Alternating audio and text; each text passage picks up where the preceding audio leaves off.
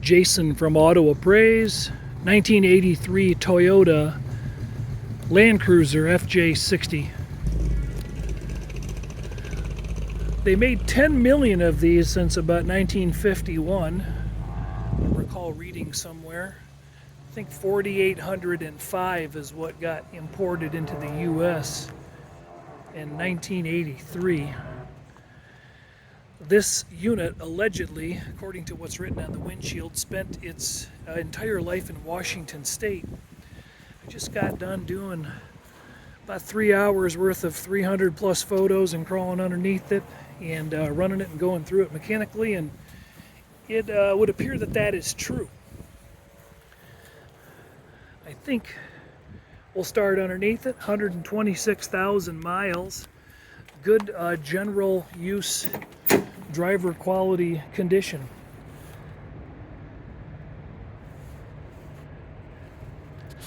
Four-speed manual, that's kind of cool. 126,000 miles. All right, let me climb under it. Starting up here in the front end, right front corner, you can see the frame rail extension coming all the way out to the bumper. The rail is nice and solid. No ripples, no die hole tears, no issues like that. Front core support member is good and solid for an original unit. Front cross member is nice and straight. Original shield, heavy shield bolted in place. These Toyotas had heavier sheet metal than the average car. They were built for doing off-roading, and so even the fenders are thicker. Front and rear axle hubs and assemblies, they're all OEM stock. Nothing has really been done. No upgrades, no lift kit. Tie rod ends are still in pretty good shape. Bushings look nice. Center link, sway links. I haven't driven the car yet, but the stabilization bars look pretty good. I have a very small drip of fluid on the back of this tire. And you can see where it's coming right off that bottom bolt of that hub housing. Nothing gathering on the ground. Speaking of which, nothing gathering underneath the oil pan either. Doesn't look like the engine's ever been out of the vehicle, and could stand a thorough power washing and underbelly cleaning, but super solid down here. Original leaves, they've still got a little bit of an arch to them. Original sway bar is in good shape. The bushings are decent, they're not cracked. Shock absorbers, I don't know if those have ever been changed. They look older. But again, frame rails are in really nice, stout condition. A little bit of scale, you know, from oxidation. You can see that was white paint at one time. So a little surface rust, but nothing to really write home about. And this side mimics. Both sides look the same symmetrically as we go back. So let me show you the easiest one to get to.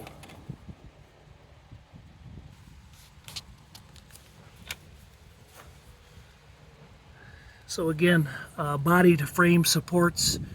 The floors are nice and stout and dry. That looks great.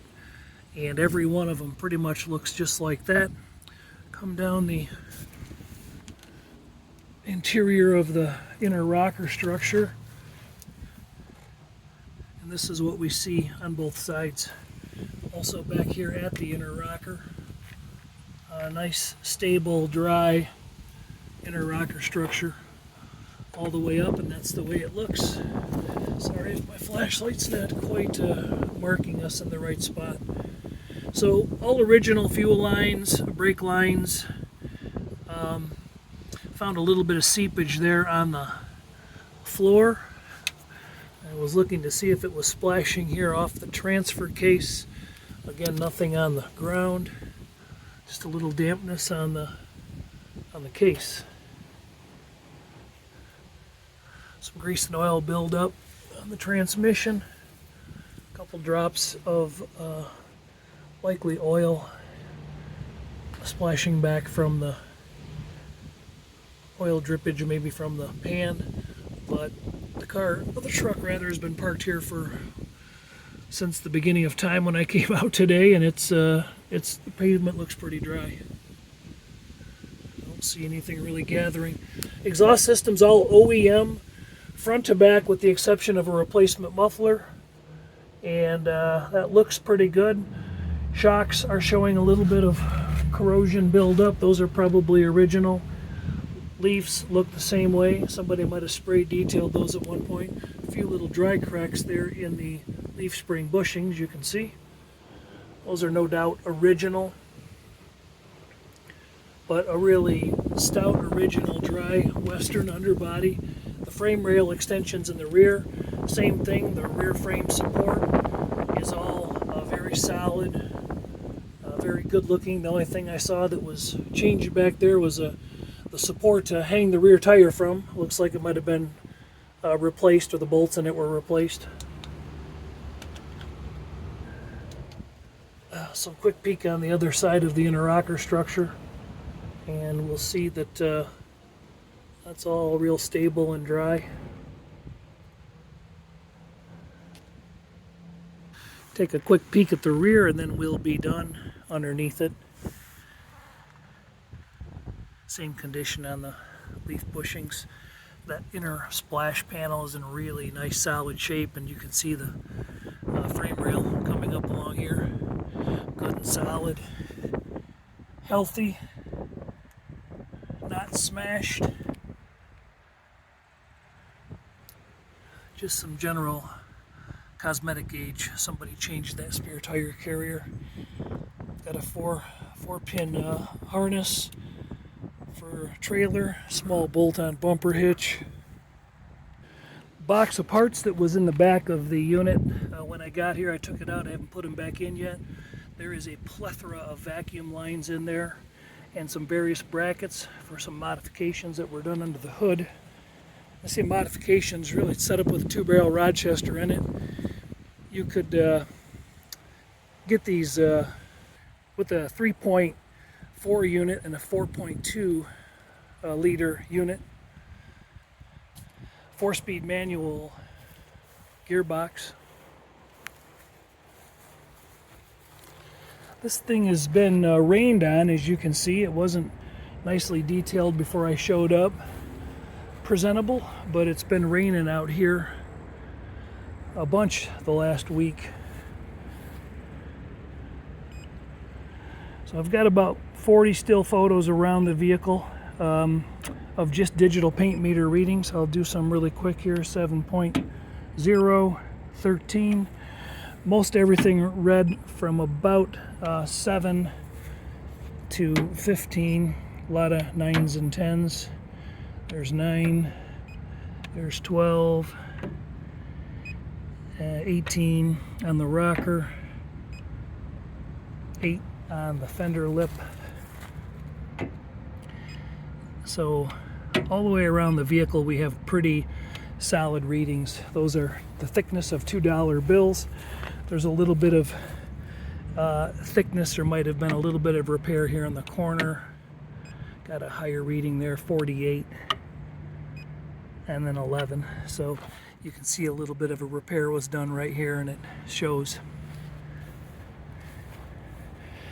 On the wheel lip, there's a little bit of bubbling that's wanting to pop through. And on the other wheel lip, there's a little bit just like that, but a little bit less.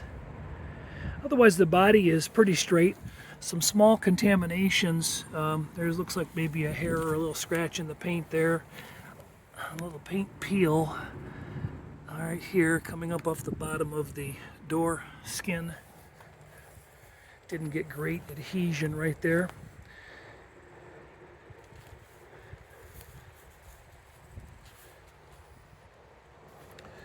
This line is not perfectly matched going across the hood to the fender.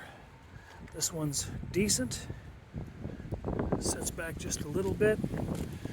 I'll talk about the chrome since I'm standing here. There's some plastic chrome peel on the headlight bezels here and here.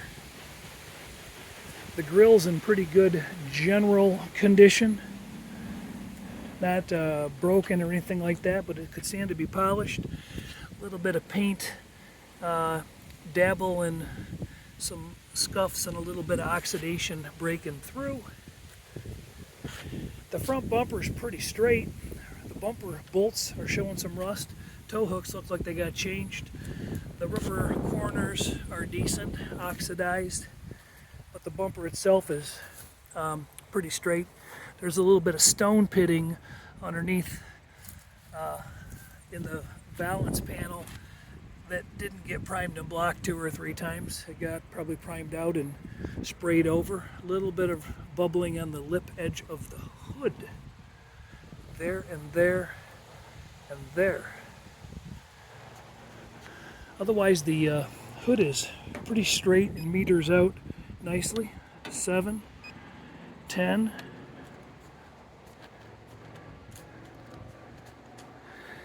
It is what I would call a driver quality repaint. The color is close to that of the color in the jams. This is a little brighter white on the exterior than it is inside the jams. I'll show you that in a minute. By the way, while I was talking, you saw the readings. 6.9, 20 up top. No major damage really to discuss on this side. 11, 12, 11, 12, and then a little bit of bubbling popping up right there.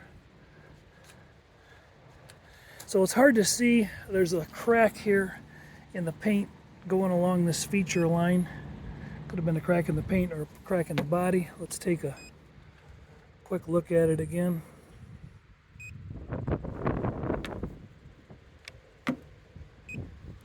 So 44, so there's been a little repair near this tail light right in this area. Up above 65, 46, 13. So there's some filler right here. Don't get a great read. And this corner doesn't seem to have the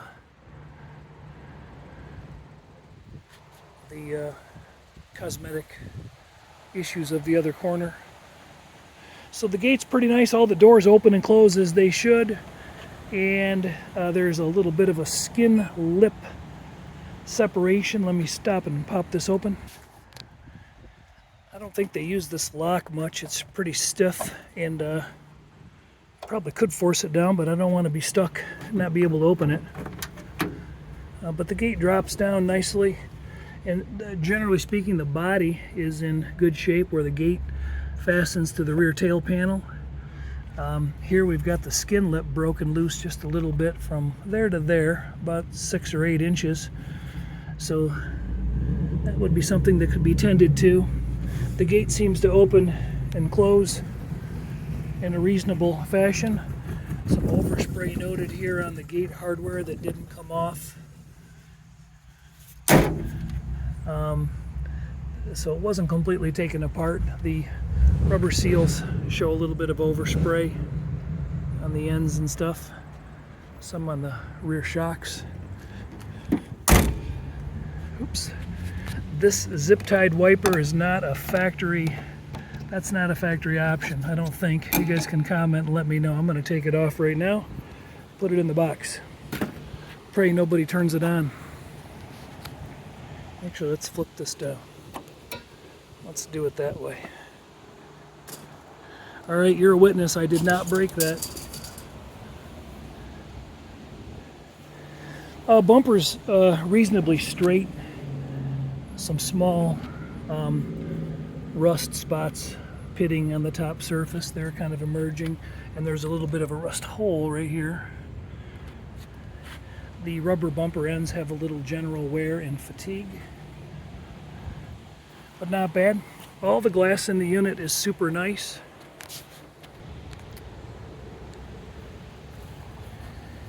15-inch chrome-plated steel wheels are showing a bit of oxidation, water settling in, and some rust spots. They all generally have about that kind of condition and appearance. I think the tire date codes, I think these tire date codes are 2010. And so there's some dry cracking just starting to settle in on the sidewalls. Probably safe for local driving, but don't know what length of driving I do on the freeway at top speeds. They got great tread on them.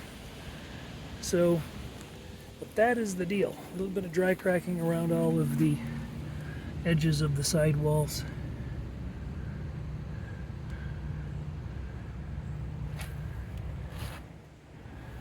And there's another wheel example. This one's a little cleaner. Interior is very stock in presentation. Door panels are still very nice. We would assume this driver's door would probably have the most wear. Carpet kit's been changed.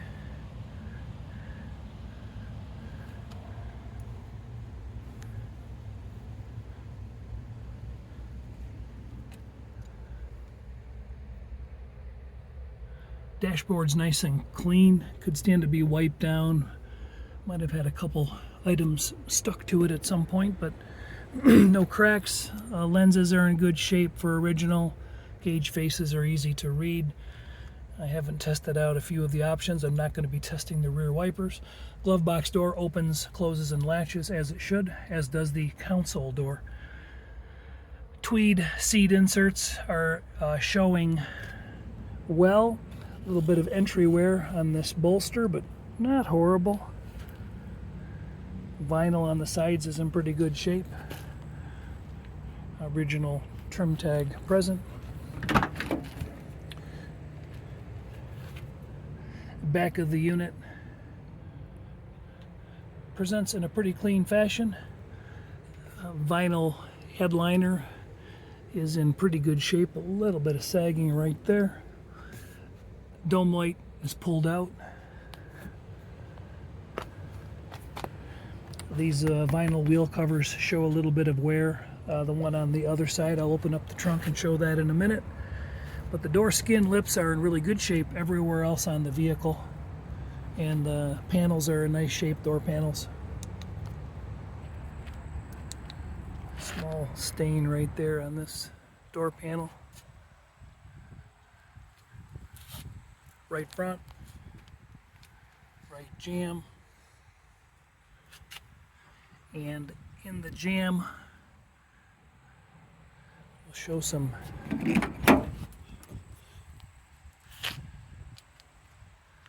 paint challenges. Here's our tape line right along here. So inside to outside, this is just dust that'll clean up. That's where they broke the paint line between the inside and the outside. A little bit of overspray on some of this door cording as you come up. You know, not too awful. Small tear in the seat vinyl here on the corner. And some wrinkles showing here in this vinyl wheel tub cover. I showed the rear compartment once, but I wasn't really focused on the interior. But there's a small cut. And small cut right there on the side panel trim. Kind of warbly. This one's in a little better condition. And then you can see these are padded covers. The floor is in good shape. I peeled the carpet up. It's glued down, but where I did peel it up there in the corners, the floor is nice and stable. And just a few little wrinkles along the headliner. A little shrinkage. So the hood springs will hold the hood at that position right there. Push it up the rest of the way, and we're going to require using the hood prop. That's what it's there for. The little clip there, a little plastic clip, needs to be replaced so the hood prop can stay steady. Largely a stock original engine bay. Started it up and just pulled it outside when I got here, but I've been here quite a time now, so I'll hit my temperature digital gauge here in a minute and check the engine temperature and check the ground temperature and take it for a test drive to do a wrap-up. Largely just stock in original engine bay. The battery's still tied down. older unit, but it fired it up today. Evidence of some just minor paint peel and general age cosmetically present, but nothing too serious there. A little bit of overspray noted on the inner fender over there. That box full of vacuum lines is part of the air injection system that came on these back in 1983. They were doing anything to increase mileage. So there are some vacuum ports that remain open that probably should be plugged off. I don't know if they need to be, but it would be worth, this one's been plugged off. It'd be worth just asking that question just to make sure. It's got a vacuum line open here, so it may not be necessary that those vacuum ports are plugged off there coming out of the intake. Rochester, 2-barrel Rochester.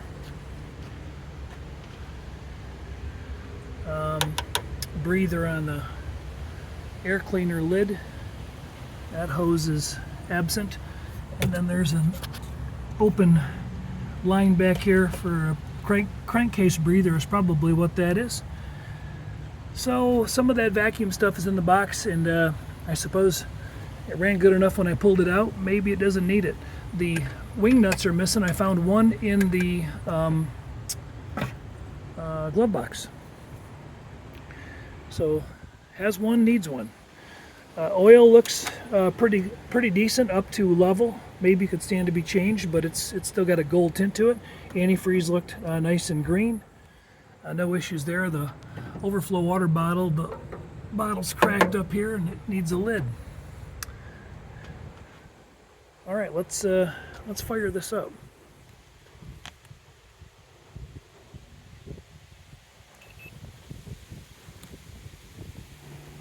Okay. Engine temperature is cooler than the ground.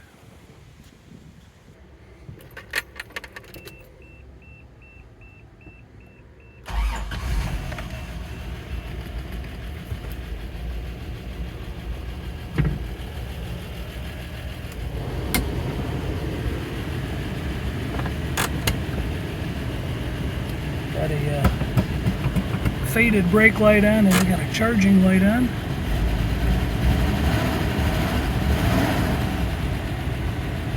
Not too much gas. Temperature's down low. Oil pressure's decent. Oil voltage is down at about 10.5. That's probably what the issue is there. Fan's working. I'm on. It's working on every setting but high. Oh, there it is. There it is. AC off, AC on. Let's go see if that compressor's turning.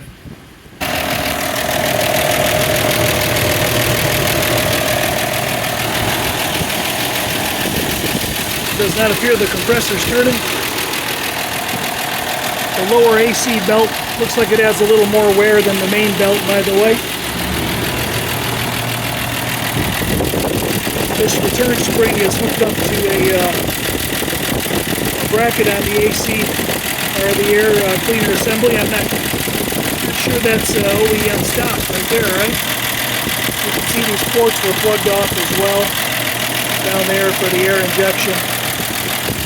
Let's drive it and see what it does, and pray to God it doesn't die. I might grab a battery box to go with me. All right, off we go. Proper turn signal operation.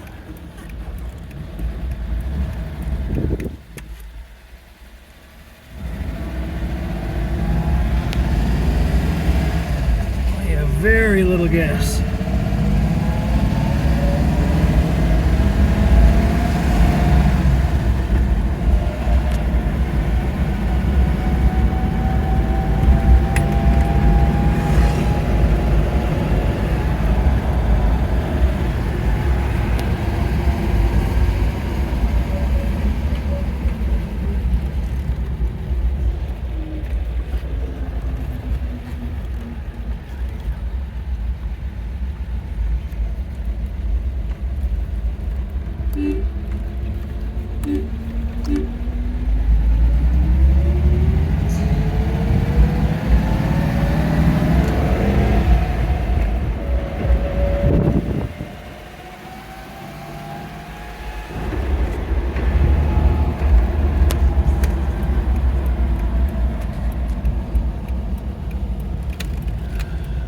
brakes apply nicely. Seems to corner fine. Let's take a look at the clutch a little more closely here.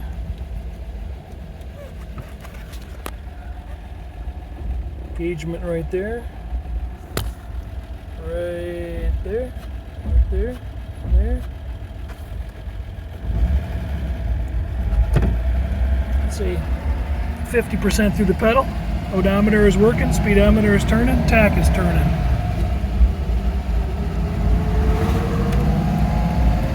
Emergency flashers are operating. The fan blows, but the AC is not blowing cold.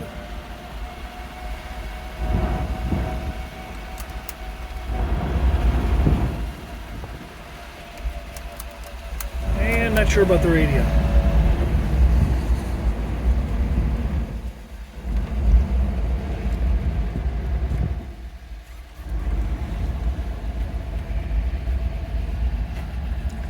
Set the camera down here in a minute after I get back into the parking lot to test the four-wheel drive, because I'll be out on the main road doing that. Not with that little bit of gas we have. Good turning radius. Hands off the wheel here in a minute.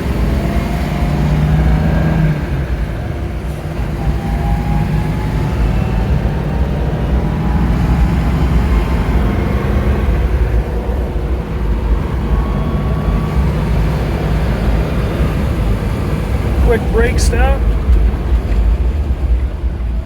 Steering wheel doesn't seem to be cocking either way.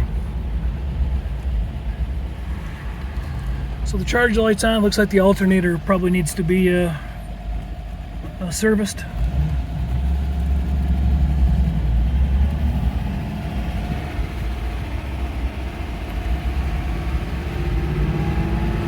Electric rear defog. That wire is broken, goes up to the electric rear defog. It's cracked in the door jamb. That needs to be repaired.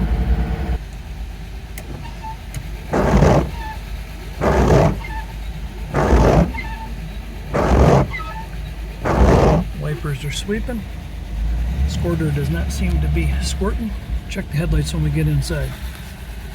Actually, this spot is dark enough to check them. There's our running lights.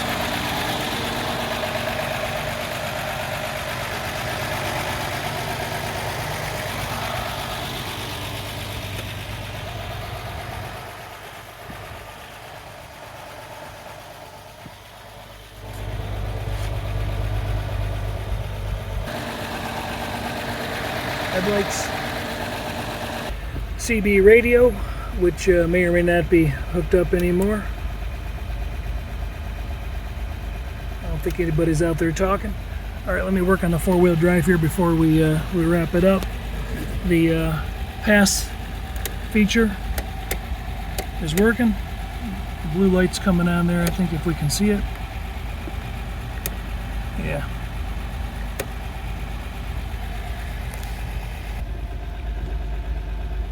Four-wheel drive light illumines.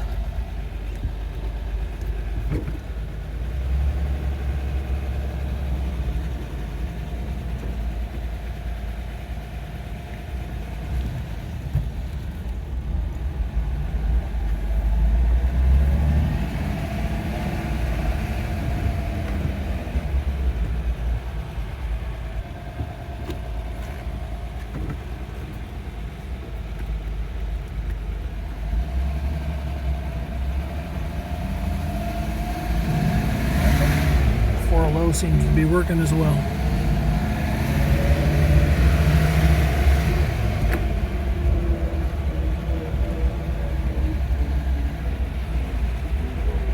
Hear it. So the summary wrap up is this.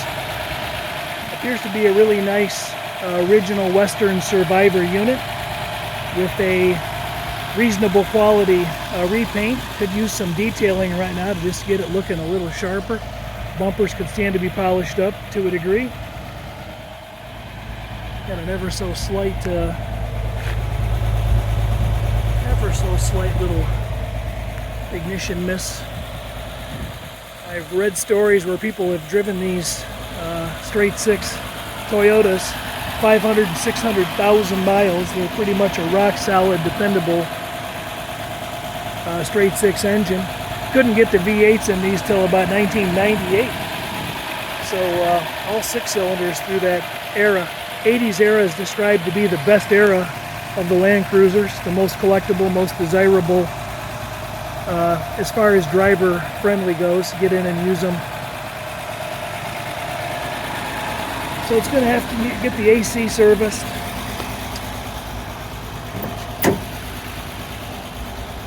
Turn those lights back off before I kill the battery. I didn't get the radio to come on, but that doesn't mean it doesn't work.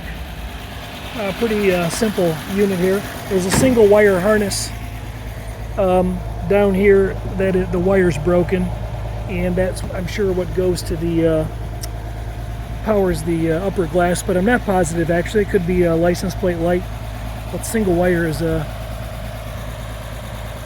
broken. Glass is all in good shape. Just all the windows roll up and down nicely. If I didn't mention that earlier. It's a small scratch right here on the inside. Somebody probably scuffed it with a 2x4 or something they were hauling. No major rust or decay. The factory spot welds are still easily present in the wheel lips. And the wheel tubs look really nice. All of them look just like that. So again, a little bit of bubbling in both of those rear wheel lips. And a little bit of contamination here or there. A few rock chips. Painted over in the splash. Those didn't get primed and blocked to perfection. The windshield looks nice. There's no bullets or big cracks in it. There might be a little bit of stone splash, but I couldn't really see any to report. So there we go. Glass and trim. There's some general wear on some of the trim. The mirror's faded, as you can see. Door handles look like they're in pretty good shape, holding up with a little bit of patina, a little bit of overspray on the seals. So the car wasn't completely detrimmed when it was repainted. It's got a nice general presence to it, if that's what you're looking for. Jason from Auto Appraise wrapping up about a 30-minute video, I'm guessing, on a pre-purchase inspection. 3.5 hours long, 300 still photos. If this is something that you seek and you're watching this video, feel free to ring us up, 800-301-3886, and we'll provide you a quote for service. Only the guy who hired us, or lady, is getting this video. They're the only ones that are going to see it, and by the time you see it on my channel, the unit might already be sold. So have fun watching it, and leave us some positive feedback. Thank you. One last note on this vacuum induction system. If you live in a state where this is going to and you're going to get emissions tested and it's imperative that you put this back on, this is the main rail right here where I showed those plugs that are unplugged, but the main rail's here, and it appears that most of this stuff is largely still here. I'm guessing the reason they kept it was in case somebody ever had to put it back on. I think they were rated to get about 12.6 miles to the gallon out of the door, from the factory. They weren't great mileage getters, so people did whatever they could to increase that gas mileage, including deleting that system. So that's about what I got to say. Have a great day.